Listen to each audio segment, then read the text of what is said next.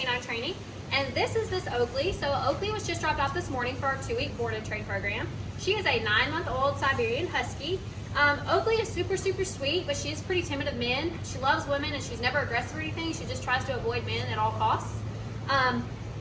She also counter surfs. She barks a whole lot. She doesn't walk very nicely on her leash, and she has absolutely no recall, to the point that she got loose at a truck stop one time and her owner spent about 3 hours just trying to catch her. So definitely need to work on her recall, and she's very much a do what I want kind of dog, and if I'm not into it, I'm not here for it.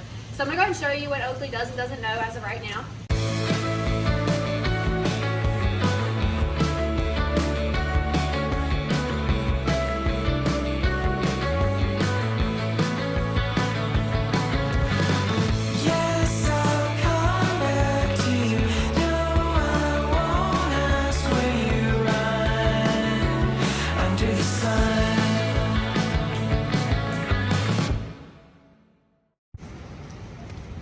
Okay, so as you can see, Oakley's all about the fun and games. She's not really here for the work.